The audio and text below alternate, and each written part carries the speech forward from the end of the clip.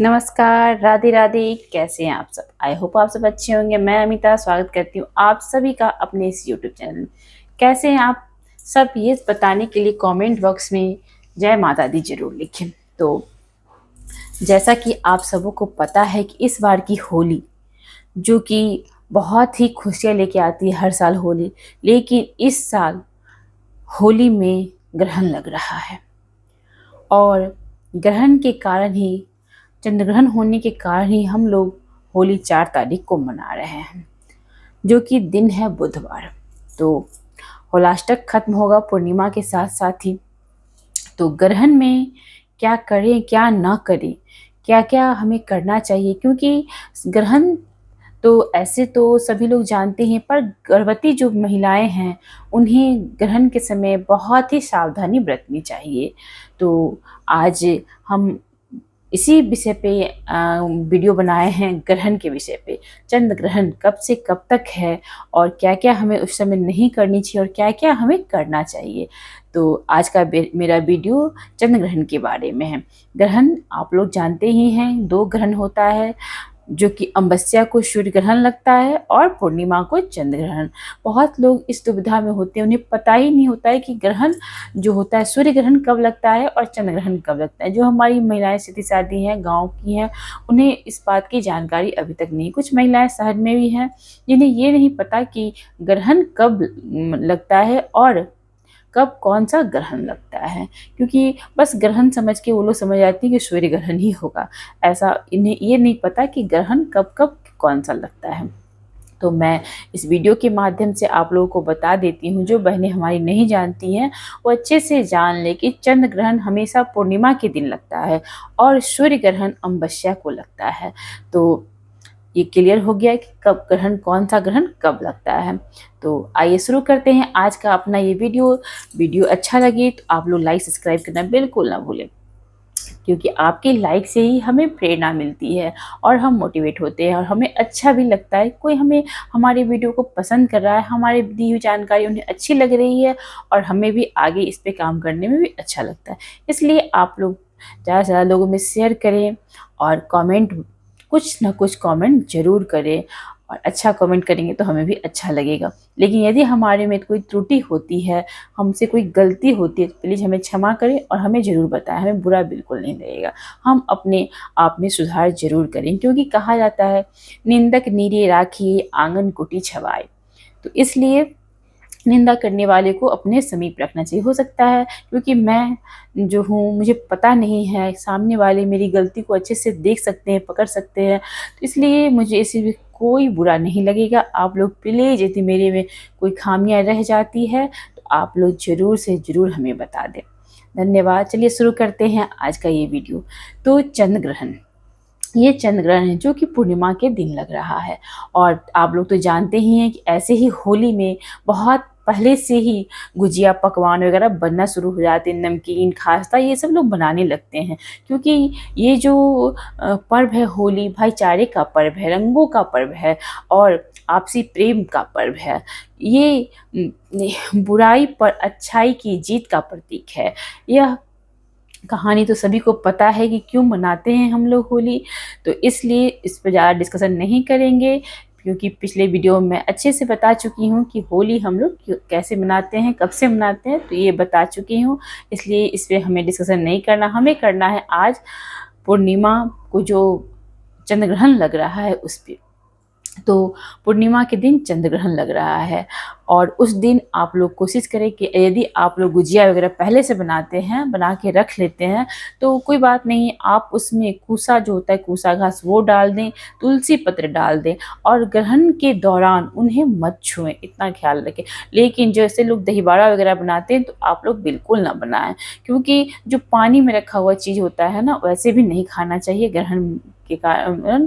तो ग्रहण से इस समय दोष लगता है, इसलिए उस समय बना हुआ चीज़ आप लोग ना ही बनाएं तो ज़्यादा बेहतर। बहुत किसी का मजबूरी है, नहीं बना पाएंगे तो ही बनाएं, नहीं तो नहीं बनाएं, उसे छोड़ दें, अगले दिन आप बनाएं। तो इस तरह जो सूखा बनता है, जैसे कि गुजिया बनता है और खास्ता बनता है, नमकीन बनाते हैं, ये सब आप बना सकते हैं। लेकिन ग्रहण से पहले बना के उसमें तुलसी पत्र डल ज़रूर उस डब्बे में डाल के रख दें। तो और ग्रहण के दौरान कोशिश करें कि ना छुएँ। तो ये था, क्योंकि गुजिया की होली की तैयारी लोग पहले से ही करने लगते हैं और इस बार ये बहुत बड़ी दुविधा आ गई है कि क्या बनाएँ, क्या ना बनाएँ। तो पानी में जो भी बाड़ा वगैरह बनता है, दही बाड़ा, वो सब ना ही बनाएँ तो ज़्यादा बेहतर है।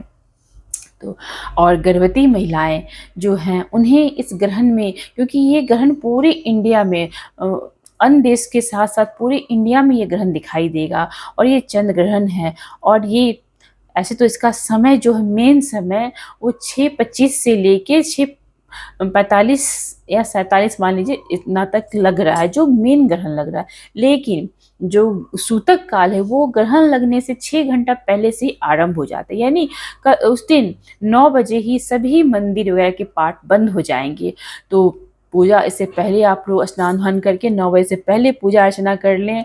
और क्योंकि सूतक शुरू होने से पहले ही मंदिर बंद हो जाते हैं, पूजा पाठ सभी बंद हो जाते हैं। तो आप अपने घर के मंदिर को भी बंद कर दें। लेकिन उस समय यदि हम भोजन कर लेते हैं तो अच्छी बात है, लेकिन उसके बाद भी आप सूतक में से नहीं किया जाता, लेकिन कर सकते हैं, क्योंकि उतना सुबह का भोजन करके कोई नहीं रह सकता है। तो आप कोशिश करें कि 1-2 बजे तक भोजन अपना कंप्लीट कर लें। 3 बजे के बाद बिल्कुल भी आपको भोजन नहीं करनी है, इसका आप लोग ख्याल रखें।